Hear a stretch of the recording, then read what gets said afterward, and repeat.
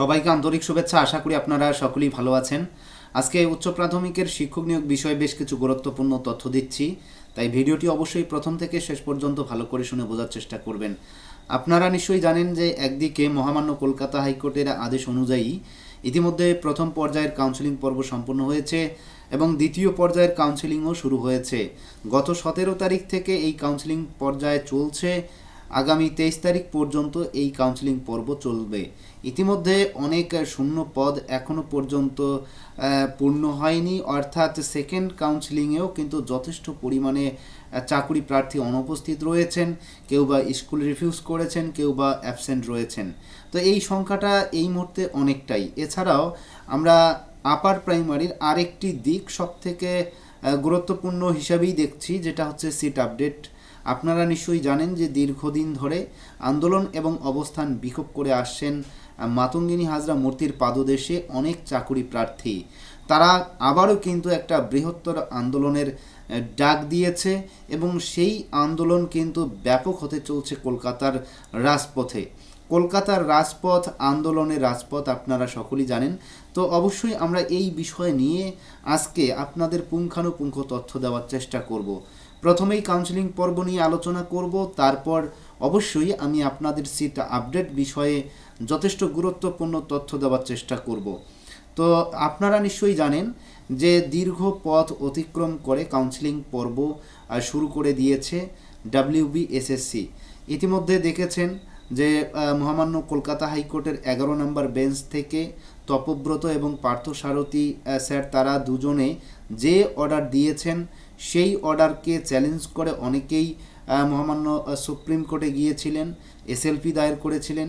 আর সেই এসএলপির যে সমস্ত এসএলপি ছিল অধিকাংশগুলোই কিন্তু নিষ্পত্তি হয়েছে এবং এই বিষয় সম্পর্কে সুপ্রিম কোর্ট কিন্তু এই বিষয়টাতে অর্থাৎ ম্যাট যে 638 সেই ম্যাট 638-এ কোনো ধরনের হস্তক্ষেপ করেনি বললেই চলে। সে কারণেই কিন্তু একেবারেই এই আপার প্রাইমারি রিক্রুটমেন্টের ক্ষেত্রে কোনো ধরনের বাধা নেই। তো এই হিসেবেই কিন্তু ডাব্লিউবিএসএসসি তখন মহামান্য কলকাতা হাইকোর্টের যে অর্ডার সেই অর্ডারকে মান্যতা দিয়ে কাউন্সেলিং পর্ব শুরু করে দিয়েছে।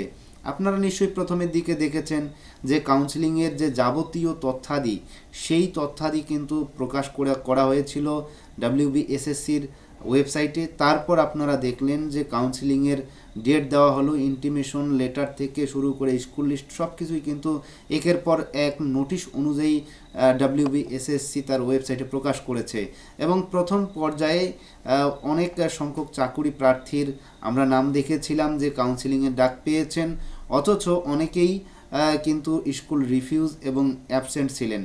তো সেই সংখ্যাটা খুবই যৎসামান্য এমনটা নয়, অনেক বেশি পরিমাণে চাকুরি প্রার্থী তারা কিন্তু স্কুল রিফিউজ এবং অ্যাবসেন্ট হয়েছিলেন, যার কারণে সেকেন্ড কাউন্সেলিং থেকে অনেক চাকুরি প্রার্থীদের ডাকা হয়েছে। এবার আমরা যে প্রতিছবিটা দেখতেছি সেকেন্ড কাউন্সেলিংয়ে গত 17 তারিখ থেকে এর যে কাউন্সেলিং পর্যায় শুরু হয়েছে আপনারা দেখেছেন, সেখানেও অনেক সংখ্যক চাকুরি প্রার্থী তারা অনুপস্থিত।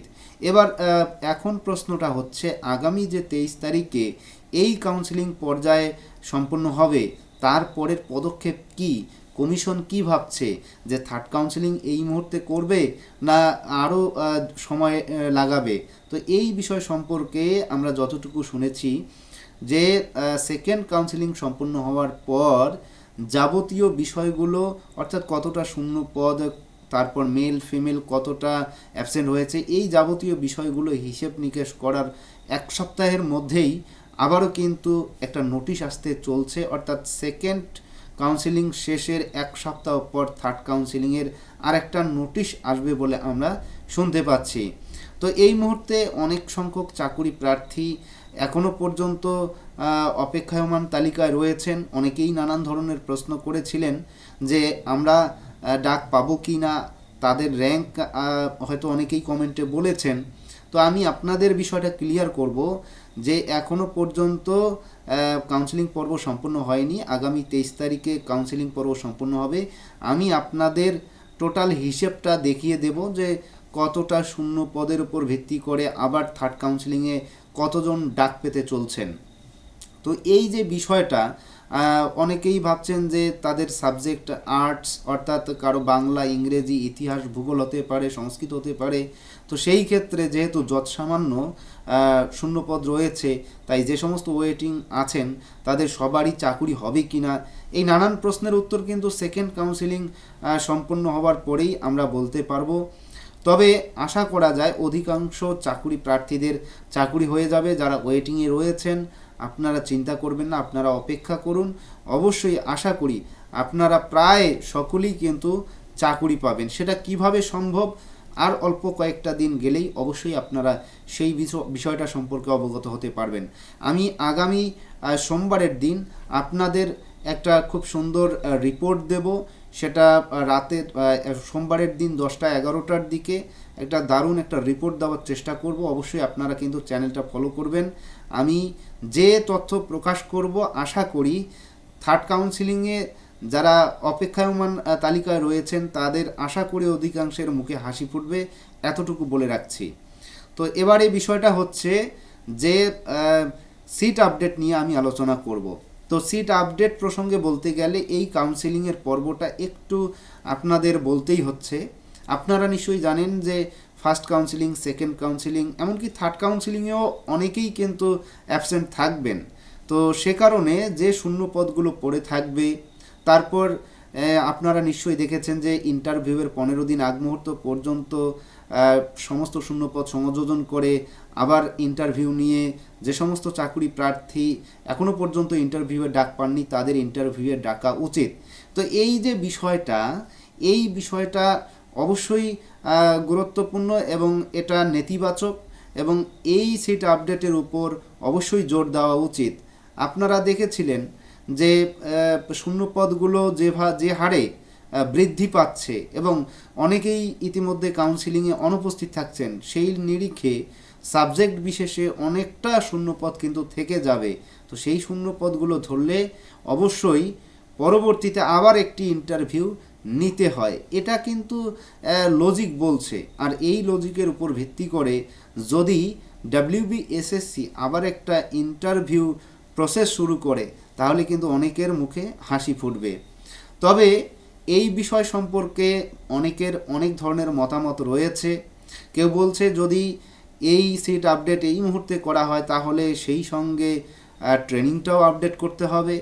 আবার কেউ বলছে যেহেতু প্যানেলের একটা বৈধতা বা তাদের যে সময়সীমা থাকে তার হয়তো বা কোনো আইনি জটিলতা থাকতে পারে, সেই কারণে সিট আপডেট নাও হতে পারে। এই নানান ধরনের কিন্তু প্রশ্ন এই আপার প্রাইমারির রিক্রুটমেন্টের ক্ষেত্রে জড়িত রয়েছে। তো সেই নিরিখে আমি বলবো যে মহামান্য কলকাতা হাইকোর্টে আশা করি গ্রিন সিগন্যাল মিলবে সিট আপডেটের।